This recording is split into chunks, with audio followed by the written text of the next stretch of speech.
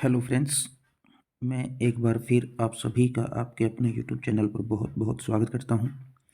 तो फ्रेंड्स, आज हम फिर आपके लिए लेके आए हैं एसएससी सीएचएसएल के लिए प्रैक्टिस सेट नंबर 2, जिसमें हम इंग्लिश लैंग्वेज के सभी 25 क्वेश्चंस को यहाँ पे सोल्व करेंगे और सभी क्वेश्चंस को काफ़ी डिटेल्स में देखेंगे हर ऑप्शंस के साथ। तो चलिए ज़्यादा टाइम वेस्ट ना करते हुए शुरू करते हैं आज की क्लास और देखते हैं आज का हमारा फर्स्ट क्वेश्चन। तो आज का जो हमारा फर्स्ट क्वेश्चन है that is select the correct indirect form हमें यहाँ पे चूज करनी है। हमें एक सेंटेंस दिया गया है, Aditi said I am not invested in the project any मोर। आदिति ने कहा कि मैं इस प्रोजेक्ट में अब ज़्यादा आगे इन्वेस्ट नहीं करूँगी, इससे दूर हो रही हूँ। ठीक है, तो हमें पता है जब हम डायरेक्ट फॉर्म से इनडायरेक्ट फॉर्म बनाते हैं तो सबसे पहले हम इन्वर्टेड कोमा को हटाने के लिए दैट का प्रयोग करेंगे। ठीक है, उसके बाद इन्वर्टेड कोमा के अंदर जो हमारा सब्जेक्ट होता है, जो फर्स्ट पर्सन होता है, वो थर्ड पर्सन में चेंज होता है। जो सेकंड पर्सन होता है वो सेकंड पर्सन रहता है और जो थर्ड पर्सन होता है वो फर्स्ट पर्सन में चेंज हो जाता है।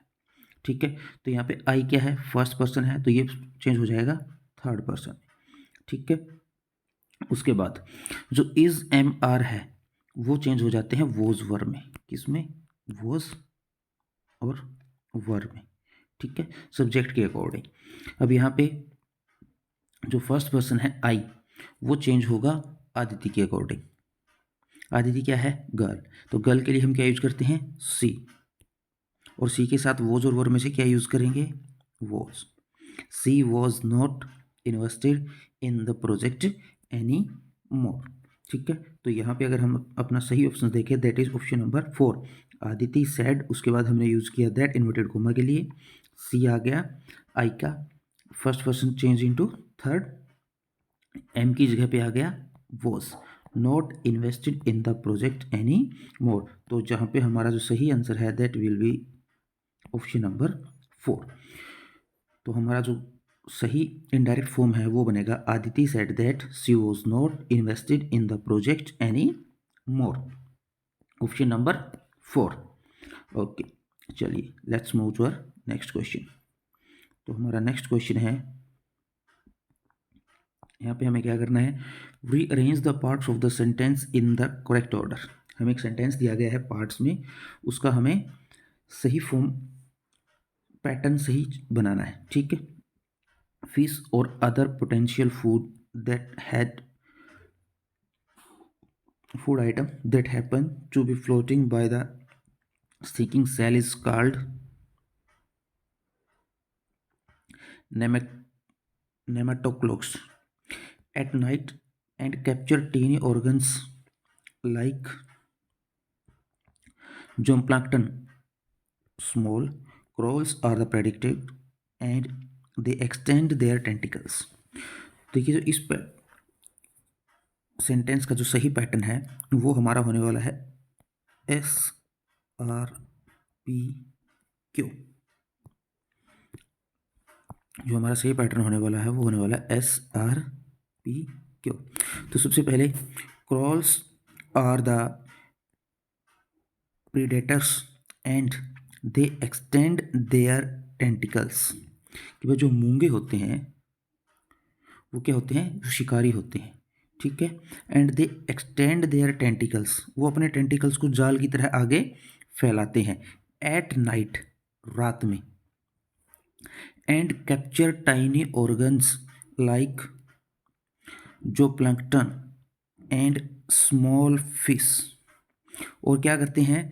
पकड़ते हैं छोटे कीटाणुओं को, जो छोटे जीव होते हैं उनको, जैसे जो प्लैंक्टन हो गया या फिर छोटी मछली हो गई, एंड अदर पोटेंशियल फूड, और उनके अन्य जो खाने का जो चीज़ें होती हैं, अन्य जो संभावित उनके खाद्य पदार्थ हैं, उन सभी को वो पकड़ते हैं। That happens to be floating by with stinking cell. जो क्या होती है? अपने चुभने वाली जो उनकी सेल होती है, कोशिकाएं होती है, उनके साथ उड़ रहे होते हैं या तैर रहे होते हैं। ठीक है, और जिनको हम क्या बोलते हैं, जिनको हम बोलते हैं नोमाटोस्टिक्स। नोमाटोस्टिक्स। तो यहाँ पे जो मूंगे होते हैं उनके बारे में बताया गया है कि वो शिकारी होते हैं, रात के टाइम पे शिकार करते हैं, और अब उनका जो टेंटिकल्स होता है उसको वो जाल की तरह फैलाते हैं और उससे अपने शिकार को पकड़ते हैं। तो हमारा यहाँ पे जो सही ऑप्शन है that is option number first, SRPQ। Okay, let's move to our next question. And next question is fill in the blank with the most suitable word। Remember that, याद रखना, लिटिल सिस्टर छोटी बहन, wait for a man, एक ऐसे व्यक्ति के लिए इंतज़ार करना, ब्लैंक योर ऑनर, तुम्हारी तुम्हारा जो ऑनर का मतलब होता है अपनी इज्जत या सम्मान, तुम्हारा जो सम्मान है उसके लिए जो कुछ करे, and you will wait forever, चाहे तुम्हें उसके लिए पूरी उम्र इंतज़ार ही क्यों ना करना पड़े। तो यहाँ पे जो सही ऑप्शन हमें चूज करना है दैट इज एवेंज। एवेंज का मतलब होता है बदला लेना।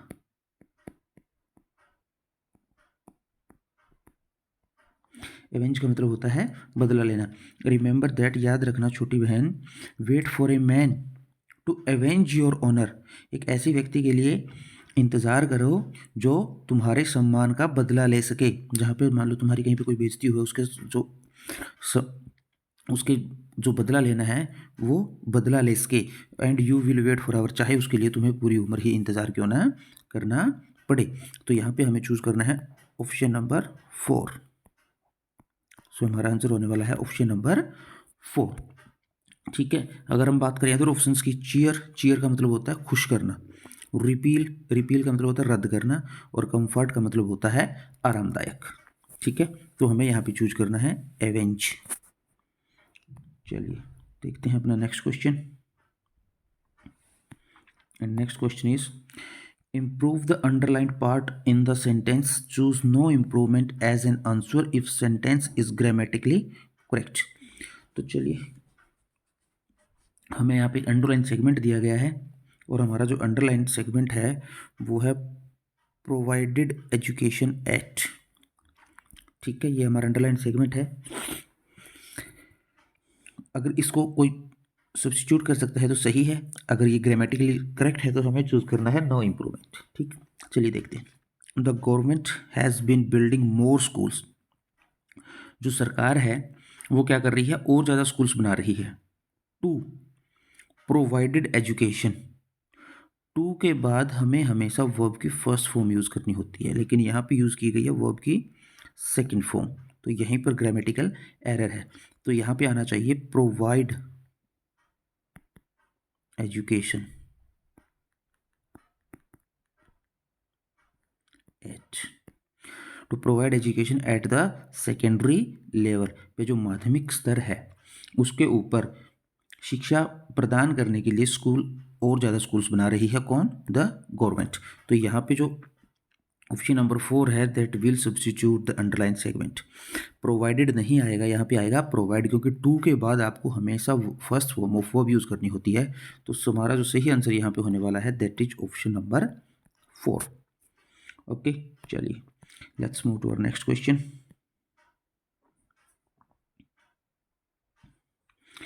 And our next question is fill in the blank with an appropriate word। One of his rules was to always, उसका जो एक नियम था वो क्या था, वो हमेशा नॉक करता था and await instructions to enter, और दरवाजे पे जाके क्या करता था, नॉक करता था और इंतज़ार करता था किसका, इंस्ट्रक्शंस का, टू एंटर, अंदर जाने के लिए। बस जैसे ही वो दरवाजे पे जाता था उसका एक नियम था कि वो पहले दरवाजे को खटखटाएगा, उसके बाद अंदर से जो इंस्ट्रक्शंस आएंगे उसके अकॉर्डिंग ही वो आगे काम करेगा।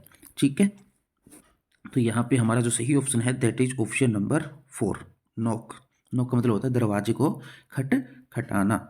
रेसिस्ट का मतलब होता है प्रतिरोध उत्पन्न करना या बाधा उत्पन्न करना।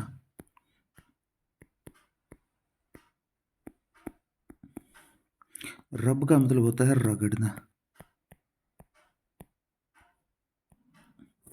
और ब्लिंक का मतलब होता है पलक झपकाना।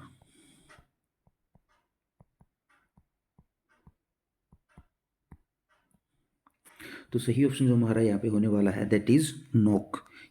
उसका जो नियम था वो क्या था कि दरवाजे पे जाएगा, दरवाजे को खटखटाएगा, उसके बाद अंदर से जो भी इंस्ट्रक्शंस आएंगे उनको फॉलो करेगा। ओके, ठीक है, चलिए let's move to our next question, and our next question is idiom and phrase.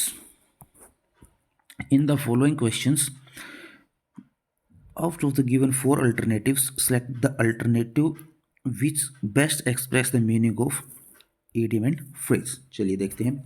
To burn one's finger, किसी की उंगली पे आग लगा देना, किसी की उंगली पे आग लगा देना। तो ये होता है to suffer a loss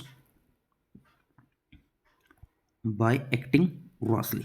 जब आप बहुत जल्दबाजी में या लापरवाही से कोई काम करते हैं तो उसका मतलब क्या होता है कि आपने अपना ही खुद को नुकसान पहुंचा लिया है, या मतलब आपने खुद की ही उंगली जला ली है, किसी और की उंगली जला दी है। ठीक है, तो टू बर्न्स वंस फिंगर का जो सही मीनिंग है that is to suffer a loss by acting rashly. जैसे आप मान लो माचिस जला रहे हैं तो ध्यान नहीं है तो आप क्या करेंगे, उंगली जला लेंगे। वैसे ही अगर आप लापरवाही में कोई भी काम करेंगे तो आप खुद का ही नुकसान कर बैठेंगे। ठीक है, तो हमें सभी कामों को पूरे सावधानी के साथ करना चाहिए। ठीक है, तो हमारा जो सही ऑप्शन होने वाला है यहाँ पे that is option number first. जब लापरवाही में कोई काम करते हैं तो हम अपना ही नुकसान कर लेते हैं। ठीक है, अगर हम अदर ऑप्शंस देखें, a question without any agreed answer, एक ऐसा क्वेश्चन किया जिसका कोई सहमति, किसी भी आंसर के ऊपर सहमति नहीं बनी। To accidentally touch a hot intensity, किसी गर्म बर्तन को आपने गलती से छू लिया। To have one's finger chopped, किसी की उंगली को काट दिया। ठीक है, तो यहाँ पे बनेगा एक काम को लापरवाही से करते हुए नुकसान कर लेना। ठीक है, to suffer a loss by acting rashly. चलिए let's move to our next question. Improve the underline part of the sentence, choose no improvement as an answer if the sentence is grammatically correct. तो यहाँ पे जो underline segment है वो है haired short का, haired short का। ठीक है, चलिए देखते हैं। She cuts her haired short in the summer, वे गर्मियों में उसने अपने बालों को छोटा कर लिया। तो यहाँ पे हेयर्ड नहीं, यहाँ पे आएगा हेयर शॉर्ट।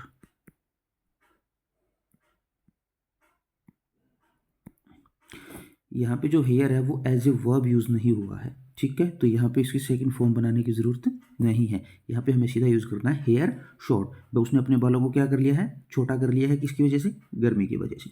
ठीक है, तो यहाँ पे जो हमारा ऑप्शन नंबर फर्स्ट है that is right answer. Answer will be option number first.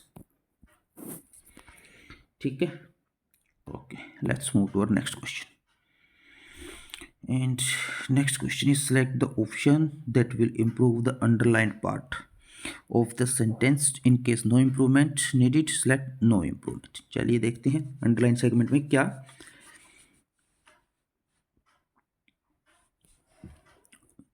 Grammatical error है। Herbalism had become an all but extinct skill in the western world। जो पश्चिमी दुनिया है उसमें जो हर्बलिज्म है वो क्या हो गया है, एक विलुप्त स्किल हो गया है। ठीक है, मतलब अब हर्बलिज्म की तरफ कोई ज़्यादा ध्यान नहीं है। तो ये जो बात है ये इस टाइम पे हो रही है, न कि हो चुकी है। ठीक है, तो यहाँ पे हमें हैड नहीं, हमें यूज करना है हैज़। ये एट प्रेजेंट की बात हो रही है कि वह जो वेस्टर्न वर्ल्ड है उसमें जो हर्बलिज्म है वो एक विलुप्त स्किल हो गया है। ठीक है, वहाँ से विलुप्त ये जो स्किल है हर्बलिज्म वाला वो क्या हो रहा है, विलुप्त हो रहा है। एक्सटिंक्ट का मतलब होता है विलुप्त होना। ठीक है, या लोगों का इसकी तरफ रुझान कम हो रहा है। ठीक है, तो यहाँ पे जो हमारा सही ऑप्शन है that is option number first, herbalism has become but all and extinct skill. ठीक है, जो हर्बलिज्म है वो क्या हो रहा है, विलुप्त हो रहा है। तो हमारा जो आंसर है यहाँ पे that will B answer number first.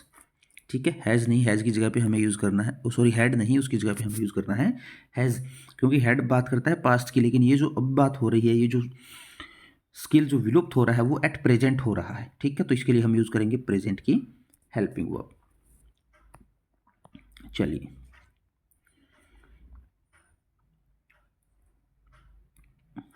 Let's see our next question. Choose the word that is opposite.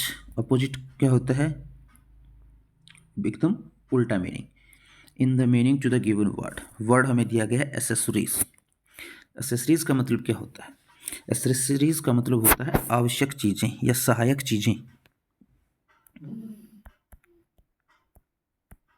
आवश्यक या सहायक, ऐसी सहायक चीजें जिनके बिना काम ही ना चले। जैसे मान लीजिए आपके पास अपना फ़ोन है, तो उसकी एसेसरीज में सबसे पहले आता है उसका चार्जर। क्या आता है, चार्जर। अगर चार्जर नहीं है तो फ़ोन भी किसी काम का नहीं है, तो वो उसके लिए क्या है, एकदम इसेंशियल है। उसकी जो एसेसरी है एकदम इसेंशियल है। ठीक है, चलिए देखते हैं। Surplus, essential, substitute. Essential essential ही इसने दिया हुआ है, तो सीधा सा यहीं पे बन जाएगा। इसेंशियल का मतलब होता है आवश्यक।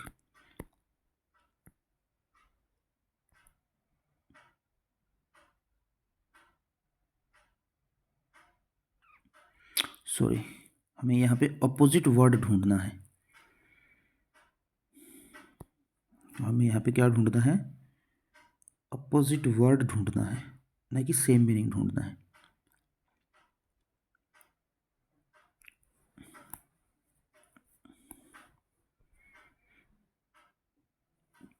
सॉरी, हमें क्या ढूंढना है, अपोजिट वर्ड ढूंढना है। और एसेसरी का मतलब होता है आवश्यक या अनिवार्य या फिर सहायक। ठीक है, सरप्लस। सरप्लस क्या होता है, सरप्लस का मतलब होता है अधिशेष।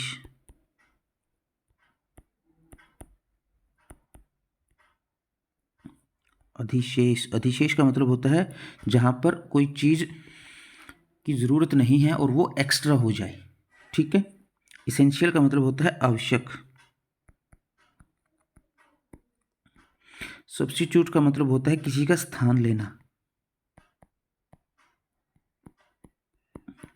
और ऑप्शन का मतलब होता है विकल्प। अब देखिए, हमें दिया गया है एसेसरी। एसेसरी जिसका मतलब होता है आवश्यक या सहायक। ठीक है, एक तो कोई चीज़ कहीं सहायक है या उसकी वहाँ पे आवश्यकता है। ठीक है, और एक कोई चीज़ वहाँ से अधिशेष हो गई है। अधिशेष का मतलब होता है एक्स्ट्रा हो गई है। ठीक है, मान लीजिए ज़रूरत वहाँ पे 4 चीज़ों की है, लेकिन वहाँ पे 5 चीज़ हो गई है, तो जो 5वीं जो चीज़ है वो वहाँ पे क्या है, सरप्लस है। मतलब एक्स्ट्रा है, वहाँ पे उसकी आवश्यकता नहीं है। तो यहाँ पे हमारा जो सही ऑप्शन होगा that will be option number first, surplus. जो एसेसरी का सही अपोजिट मीनिंग होगा वो होगा सरप्लस। एसेसरी का मतलब होता है ज़रूरी चीज़, और सरप्लस का मतलब होता है एक्स्ट्रा चीज़, या जिसको हम बोल सकते हैं फालतू। ठीक है, तो हमारा जो यहाँ पे आंसर होगा that is option number first. Okay, चलिए let's move to our next question. And our next question is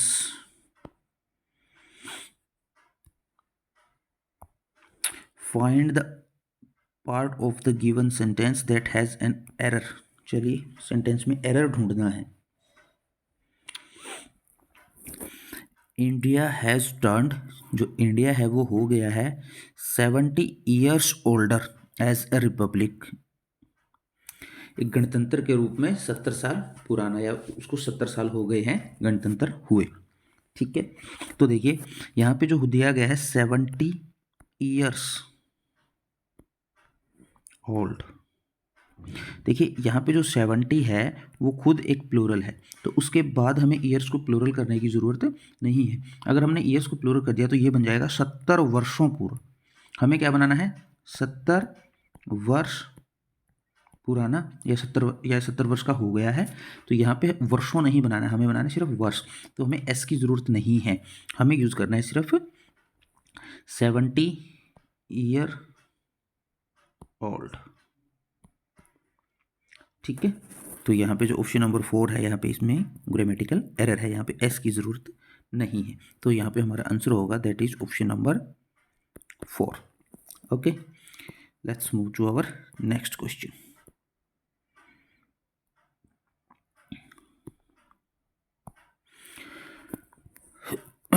तो हमारा नेक्स्ट क्वेश्चन है यहाँ पे, choose the word that can substitute the given group of words.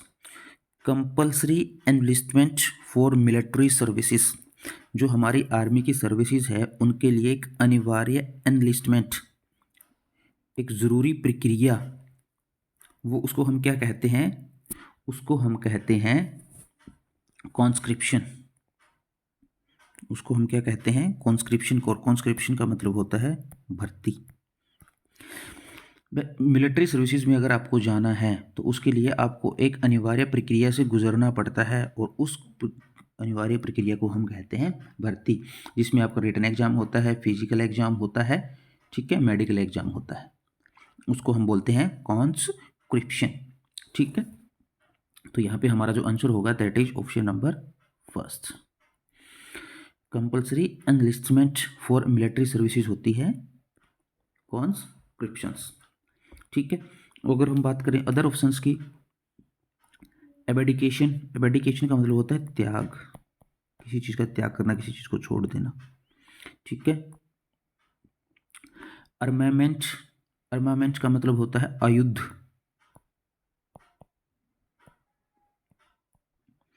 और militaristic. Militaristic का मतलब होता है सैन्यवादी।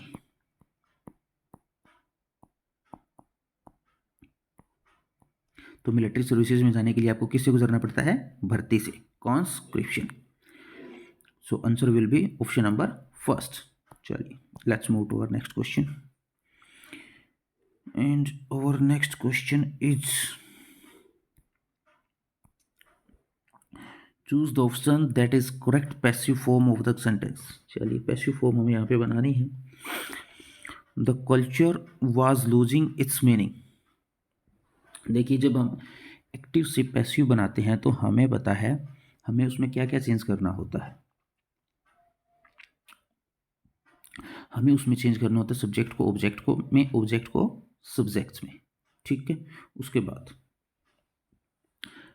पैसिव वॉइस में हमें हमेशा वर्ब की थर्ड फॉर्म यूज़ करनी होती है। कौन सी फॉर्म यूज़ करनी होती है? वर्ब की थर्ड फॉर्म। ठीक है, चलिए अब देखते हैं। तो यहाँ पे अगर हम अपने सब्जेक्ट की बात करें,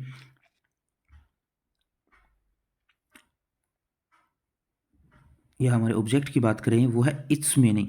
लेकिन इट्स मीनिंग किसका है? कल्चर का। ठीक है, इट्स मीनिंग किसका है? कल्चर का। ठीक है, तो हम बात करेंगे यहाँ पे मीनिंग से, the meaning of the culture. The meaning of the culture. ठीक है, वॉच। वॉच। अब यहाँ पे जो वर्ब की फर्स्ट फॉर्म और आईएनजी दिया हुआ है उसका हमें बनाना है थर्ड फॉर्म ऑफ वर्ब। अब अगर हम लॉस का थर्ड फॉर्म ऑफ वर्ब बना दें तो वो हो गया लॉस्ट। लेकिन ये जो आईएनजी है इसको हमें हटाना नहीं है। इस आईएनजी के लिए हम यहाँ पे यूज़ करेंगे बीइंग और वर्ब की थर्ड फॉर्म। तो ऑप्शन नंबर फर्स्ट जो हमारा हो जाएगा सही ऑप्शन हो जाएगा। The meaning of the culture was being lost. The culture was losing its meaning का जो सही पैसिव फॉर्म बनेगा वो बनेगा the meaning of the culture was being lost. ठीक है, अगर आपको कॉन्टिन्यूस टेंस दिया हुआ है, कौन सा कॉन्टिन्यूस टेंस दिया हुआ है, तो उसमें आपको यूज करना है बीइंग। क्यों? क्योंकि यहाँ पे हमने यूज़ किया है वोज। वोज के बाद हमें चाहिए वर्ब की फर्स्ट फॉर्म के साथ आईएनजी। वोज के बाद हम डायरेक्ट थर्ड फॉर्म नहीं यूज़ करेंगे। ठीक है, क्यों? क्योंकि हम यहाँ पे कंटिन्यूस टेंस की बात कर रहे हैं, तो कंटिन्यूस टेंस को अपने को कंटिन्यूस टेंस में ही रखना है। ठीक है, चलिए let's move to our next question, and our next question is choose the word that can substitute the given group of words. हमें ऐसा वर्ड ढूंढना है जो ग्रुप ऑफ वर्ड्स को सब्स्टिट्यूट करे। स्पेशलिस्ट ऑफ किडनी, जो किडनी का specialist है उसको क्या बोला जाता है? उसको बोला जाता है नेफ्रोलॉजिस्ट। क्या बोला जाता है उसको? नेफ्रोलॉजिस्ट। स्पेशलिस्ट ऑफ किडनी, जो सिर्फ किडनी के लिए स्पेशलिस्ट डॉक्टर होते हैं, उनको क्या बोला जाता है? उनको बोला जाता है नेफ्रोलॉजिस्ट। ठीक है। प्राइमोलॉजिस्ट, ऑब्स्टेट्रिशियन या पैथोलॉजिस्ट। ठीक है। पैथोलॉजिस्ट होते हैं जो लैब में टेस्टिंग वगैरह करते हैं। ठीक है। उसके बाद ऑब्स्ट्रिक्शंस होते हैं जो प्रसूति रोग विशेषज्ञ होते हैं। प्रसूति रोग का मतलब है जो गर्भ से रिलेटेड रोग होते हैं उनके जो विशेषज्ञ होते हैं। ठीक है। तो हमें यहाँ पे बताना है स्पेशलिस्ट ऑफ किडनी, और वो होते हैं हमारे नेफ्रोलॉजिस्ट। चलिए, let's move to our next question. And our next question is means the same. हमें सेम मीनिंग ढूंढना है किसका? लैगार्ड का। लैगार्ड का मतलब होता है आलसी। लैगार्ड का मतलब क्या होता है? आलसी। हसलर, प्रॉम्प्ट एंड एक्सपीडियस, इन तीनों ही का ही मतलब होता है शीघ्रता करने वाला, या जो हर टाइम जल्दबाजी में रहे, हर काम को जल्दी जल्दी पूरा करने की कोशिश करे। इन तीनों का ही मतलब होता है शीघ्रता करने वाला। और डाउलिंग का मतलब होता है आलसी, आलसपूर्ण। ठीक है। तो यहाँ पे हमारा जो सही ऑप्शन होने वाला है that is option number 4। Answer यहाँ पे होगा हमारा ऑप्शन नंबर 4। ठीक है। ओके, चलिए let's move to our next question. And our next question is choose the sentence with no spelling error. हमें ऐसा सेंटेंस ढूंढना है जिसके अंदर कोई स्पेलिंग एरर्स ही नहीं है। Lights flickered in the Bush behind him, ये सेंटेंस एकदम सही स्पेल्ड है, इसकी किसी भी स्पेलिंग में कोई मिस्टेक नहीं है। ठीक है। लाइट्स सही स्पेलिंग है, फ्लिकर्ड की भी स्पेलिंग सही है, इनकी भी, द बस बिहाइंड हिम, सारी स्पेलिंग्स यहाँ पे सही है। Lights flickered in the Bush behind him का मतलब है उसके पीछे झाड़ियों में, बुश का मतलब क्या होता है? झाड़ियों में, बिहाइंड हिम उसके पीछे लाइट्स है जो वो क्या हो रही थी? फ्लिकर्ड हो रही थी। फ्लिकर्ड का मतलब होता है टिमटिमाना। फ्लिकर्ड का मतलब क्या होता है? टिमटिमाना। ठीक है। अगर हम अदर वर्ड्स सेंटेंसेस को देखें तो यहाँ पर फ्लिकर्ड की स्पेलिंग गलत है, यहाँ पे बुश की स्पेलिंग गलत है, और यहाँ पर भी फ्लिकर्ड की स्पेलिंग गलत है। ठीक है। फ्लिकर्ड। तो इस यहाँ पे हमारा जो सही ऑप्शन है दैट इज ऑप्शन नंबर 1। चलिए let's move to our next question. And next question is select the most appropriate meaning of the given area. चलिए, a shot in the dark, अंधेरे में तीर चलाना। अंधेरे में तीर चलाने का मतलब क्या है? आपने कोई भी रैंडमली काम कर दिया जिसका पता ही नहीं है आपको कि भाई, जैसे अंधेरे में तीर छोड़ दिया, अब पता ही नहीं है वो कहाँ जाके लगेगा, वो वापस आएगा कि नहीं आएगा। ठीक है। ऐसे ही कोई ऐसा काम करना जिसके आउटकम के बारे में आपको कोई अता पता ही न हो। ठीक है। और वो होता है रैंडमली डूइंग समथिंग, आपने रैंडमली कोई काम कर दिया, the outcome of which is unknown, जिसका जो परिणाम है उसके बारे में पता ही नहीं है कि क्या होगा। That is option number 2। तो हमारा जो यहाँ पे जो सही आंसर होगा वो होगा ऑप्शन नंबर 2। अंधेरे में तीर छोड़ना, एक ऐसा काम करना जिसके आउटकम के बारे में, जिसके परिणाम के बारे में कुछ अता पता ही नहीं है। Okay, let's move to our next question. And our next question is choose the word that means the same as the given word। तो हमें जो वर्ड दिया गया है दैट इज सैक्रिलेज। सैक्रिलेज का मतलब होता है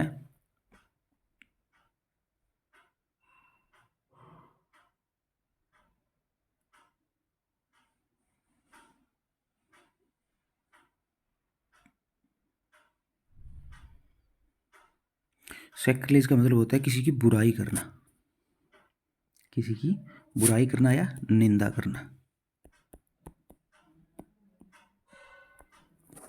चलिए उसके बाद देखते हैं अपने ऑप्शंस को। ऑप्शंस में सबसे पहले मॉडिफिकेशन। मॉडिफिकेशन का मतलब होता है संशोधन, कोई फेरबदल करना किसी चीज़ में। कॉन्सक्रिएशन, कॉन्सक्रिएशन का मतलब होता है अभिषेक करना, जैसे राज्याभिषेक हो गया, तिलक अभिषेक हो गया, ताज अभिषेक हो गया। ठीक है। उसके बाद है ब्लास्फेमी। ब्लास्फेमी का मतलब होता है निंदा करना। और रिवरेंस का मतलब होता है श्रद्धा, आस्था, श्रद्धा या आस्था। तो सैक्रिलेज का जो सही ऑप्शन है यहाँ पे सेम मीनिंग वाला वो होगा ब्लास्फेमी। क्या होगा? ब्लास्फेमी। इसका मतलब होता है निंदा करना। चलिए let's move to our next question. And next question is choose the word that means the same. Same meaning हमें यहाँ पे ढूंढना है किसका? सिल्क। सिल्क का मतलब होता है चिकना, और इसका मतलब होता है मीठा बोलने वाला।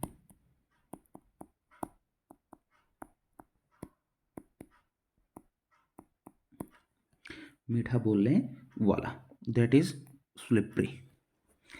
स्लिपरी और सिल्क का मतलब होता है, आप इसको चिकना बोल सकते हैं या फिर चालाक भी बोल सकते हैं, या फिर मीठा बोलने वाला भी बोल सकते हैं। जो बहुत चालाक होता है और हर काम अपना मीठा बोल के निकलवा लेता है। उसको आप कुछ बोलते रहे, उसको कोई फर्क नहीं पड़ता, वो एकदम चिकना होता है, हर बात उसके ऊपर से फिसल जाती है। ठीक है। उसके बाद अगर हम अदर ऑप्शंस की बात करें, न्यू, नया, फ्रैक्शन, भिन्न, नौविक, नौसिखिया। नौविक का मतलब क्या होता है? नवसिखिया। ठीक है। तो सेल्फ का मतलब होता है स्लिपरी, जिसको आप चालाक भी बोल सकते हैं, चिकना भी बोल सकते हैं, या मीठा बोलने वाला बोल सकते हैं। Okay, so our next question is incorrectly spelled word हमें यहाँ पे ढूंढना है। पहला वर्ड हमें दिया गया शार्पन। शार्पन का मतलब होता है तेज, ये सही स्पेल्ड है। उसके बाद है क्लोवर। क्लोवर की जो स्पेलिंग है उसमें थोड़ी सी मिस्टेक है। क्लोवर की जो सही स्पेलिंग बनेगी वो बनेगी CLOVER, क्लोवर। ये एक तरह की घास होती है जिसको हम दूब बोलते हैं, घास। ठीक है, जो पार्क वगैरह में लगाई जाती है। हैपन सही स्पेल्ट है घटित होना, और सनराइज भी सही स्पेल्ट है सूर्य उदय होना। तो यहाँ पे हमारा जो इनकरेक्टली स्पेल्ट वर्ड है that is option number second, clover. यहाँ पे डबल वी नहीं आएगा, सिंगल वी आएगा। ठीक है। चलिए let's move to our next segment and that is comprehension. Comprehension में हमें क्या करना है? हमें कॉम्प्रीहेंशन दिया गया है, उसमें से कुछ वर्ड्स को डिलीट कर दिया गया है, और उन डिलीटेड वर्ड्स को हमें यहाँ पे ढूंढना है। चलिए ढूंढते हैं डिलीटेड वर्ड्स को। In a new study, new study का मतलब होता है हाल ही में किसी चीज़ को स्टडी किया गया, उसका अध्ययन किया गया है, या कोई रिपोर्ट वहाँ पे क्या हुई है? पब्लिश हुई है।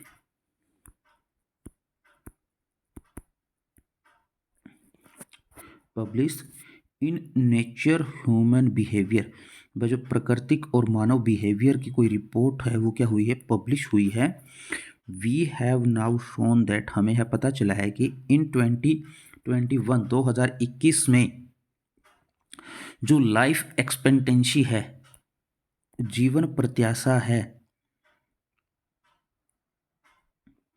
Rebounded somewhat in the modern western European countries, कि वह जो वेस्टर्न यूरोपियन कंट्रीज़ है उनमें जो जीवन प्रत्याशा है वो 2021 में क्या हुई है? रिबाउंडेड हुई है, कम हुई है।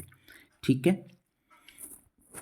वाइल, जबकि eastern Europe and the US witnessed additional losses, जबकि जो पूर्वी यूरोप है और US है, यूनाइटेड स्टेट्स है, वहाँ पे क्या हुआ? और ज़्यादा नुकसान हुआ है जीवन प्रत्याशा में। मान लो यहाँ पे अगर जीवन प्रत्याशा 60 से 55 हुई है तो यहाँ पे और ज़्यादा कम हो गई है, 50 के आसपास आ गई। ठीक है। हाउएवर, जबकि ओनली नॉर्वे जबकि सिर्फ नॉर्वे ने क्या किया है, beats its pre pandemic life expectancy. उसने क्या किया है, बीट किया है किसको, जो पेंडेमिक से पहले उनकी जो जीवन प्रत्याशा थी उसको इन टू 2021। नॉर्वे की जो जीवन प्रत्याशा थी या व्यक्तिगत जीवन जो औसत थी एक व्यक्ति की, उसको क्या किया है, बीट किया है, मतलब बढ़ गई है। पहले अगर वहाँ पे व्यक्ति औसतन 60 साल जीते थे तो अब वो 60 प्लस जीते हैं, ठीक है। लेकिन जो वेस्टर्न यूरोप और ईस्टर्न यूरोप है और यूएस है, वहाँ पे क्या हुआ है, इस चीज़ का नुकसान हुआ है। वहाँ पे जो औसत आयु है वो क्या हो गई है, कम हो गई है। And everywhere is worse off than it would likely have without the pandemic. और बाकी सभी जगह पे पेंडेमिक से भी ज़्यादा क्या हुआ, इस पेंडेमिक से क्या हुआ है, जो स्थिति है वो रोस हुई है, स्थिति खराब हुई है कि भाई मतलब पूरे वर्ल्ड के ऊपर जो कोरोना पेंडेमिक आया था, जो कोरोना महामारी आई थी, उसकी वजह से क्या हो गई है, जीवन प्रत्याशा बहुत ज़्यादा कम हो गई है। चलिए, यहाँ पे हमारा फर्स्ट ऑप्शन था पब्लिश्ड, सेकंड में हमारा था लाइफ, जो लाइफ एक्सपेक्टेंसी है वो कम हो गई है। उसके बाद था जबकि वेस्टर्न में क्या हुआ था, लॉस हुआ था, लेकिन ईस्टर्न और यूएस में क्या हो गया था, बहुत ज़्यादा लॉस हो गया था, ठीक है। और नॉर्वे ने क्या किया था, अपनी लाइफ एक्सपेक्टेंसी को बीट किया था, पहले कम थी अब ज़्यादा हो गई है। और बाकी वर्ल्ड में क्या हुआ है, बहुत ज़्यादा नुकसान हुआ है।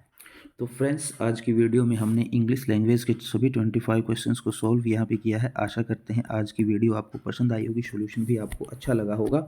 अगर वीडियो आपको पसंद आई है तो वीडियो को लाइक करें, शेयर करें। अगर चैनल पे नए हैं तो चैनल को सब्सक्राइब करें और हमारे साथ सीखते रहें। ऐसे ही मिलते हैं आपसे नेक्स्ट वीडियो में एक नई प्रैक्टिस सेट के साथ। तो फ्रेंड्स, आज की वीडियो में इतना ही, मिलते हैं नेक्स्ट वीडियो में। तब तक के लिए थैंक यू। जय हिंद, जय भारत।